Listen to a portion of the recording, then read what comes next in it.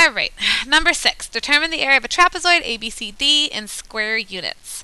Okay, so I'm going to look at the formula for the area of a trapezoid. And the area of a trapezoid is area equals h over 2 times b1 plus b2.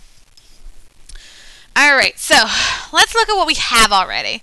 We have the height. Anything determined by that right angle, that's going to be your height, where that matches up with your base. So 8 over 2 times b1, I'm going to call b1 the top, which is 15, plus b2. All right, b2 is where we are lacking. So I'm going to go ahead and try to find what b2 is.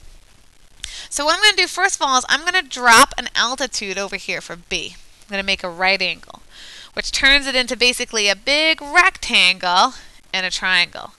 Now, since this is a big rectangle, this side from here to here is 15.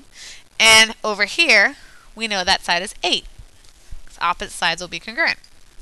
All right, okay, so now what we really need is we need this part that I'm coloring in blue.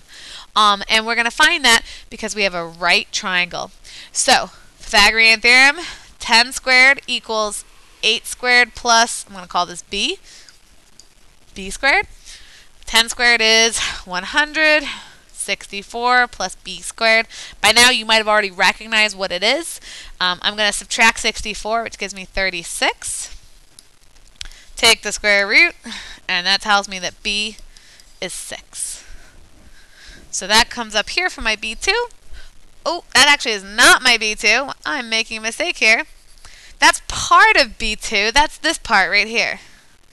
But the whole thing, the whole base, if I look at the whole thing, is from here all the way to the end, which is 6 and 15. So 6 plus 15 is actually 21.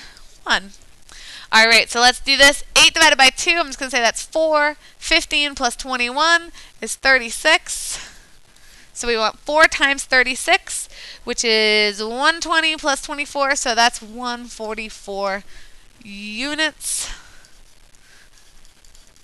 squared. All right. Number 7. I actually don't believe this is a good problem to review. It's actually quite a complicated problem, and it's not something I want to spend time on. But I'll set it up for those of you that kind of want to get started on it. BD is 24, right? So this whole thing is 24. And we know the diagonals of all parallelograms, which includes this rhombus, bisect each other, which means each of these parts are 12. AB is 13, so this side right here is 13. And another thing that you should remember about rhombuses is that this is actually a right angle because the diagonals are perpendicular, which is going to make this actually 5, and this is 5, so we've got the other diagonal that's going to be 10. And this is going to help you solve it. So I would suggest, if you want to look at it, if you do want to go ahead, you can find the area of this triangle on top. Let me kind of highlight that for you really quickly, just in case you are looking at it and you want to try it. You can find the area of that triangle on top by saying it's 1/2 base times height. And so for that triangle, it'll be 1/2 24 times 5, and that will be 60. Now that's actually the exact same area as we're going to get down here, 1/2 base times height. So the whole area is going to actually equal 120. You don't have to do that if you are my student. All right, number 8. A city wants to place a garden in its park. The garden will be in the shape of an obtuse triangle. So this should remind us about the Pythagorean corollary that said if c squared is bigger than a squared plus b squared, then we have an obtuse triangle. All right, so they know our shortest sides will be 15 and 25, and we want to know possible lengths for the longest side. So we're going to use this expression. Our longest side is always c. Okay, so c squared has to be bigger than 15 squared plus 25 squared. Let's keep going. C squared has to be bigger than 15 squared is 225 plus 25 squared is 625. And 225 plus 625 is 850. So C has to be bigger than the square root of 850. I'm sure that simplifies. I know for a fact that 25 is going to go into 850. 850 divided by 25, let's just see how many times that goes in. That goes in 34 times. So this would actually be 5 root 34. And I'm pretty sure 34 is only divisible by 2. So this is actually going to be the answer. C has to be bigger than 5 root 34.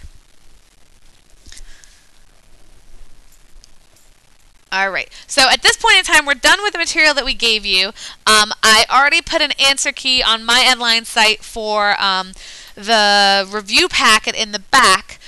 Don't forget that you're going to be given the formulas for the area of the parallelogram, the triangle, the circle, the trapezoid. You need to know the area of a regular polygon,